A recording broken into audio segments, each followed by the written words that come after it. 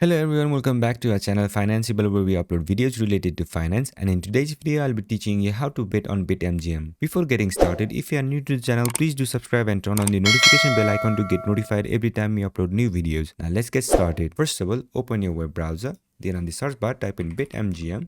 Once you press enter, you'll get these kind of results. From this, click on the first link, then it will ask you to select your location. So from this list, select your location.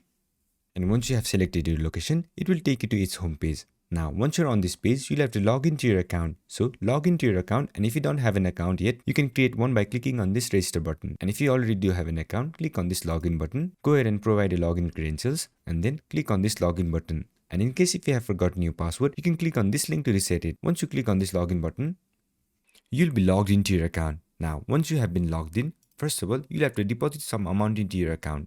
To do so, click on this deposit button at the top right corner, and they will ask you to enter your bank details and also enter the amount that you want to deposit. Without doing that, you can't place a bet. Once you have completed that step, the next step is to select any sports. So select any sports. I'll just select basketball, and then it will show me different matches. So from this list, select the match that you want to place bet on. So I'll just click on this one. Now once you're on this section, all you have to do is click on the odd that you want to place bet on. I'll just click on this one. And then the bet slip will be shown on the right hand side. So this is your bet slip. Now to place a bet, click on this box, then enter your stake.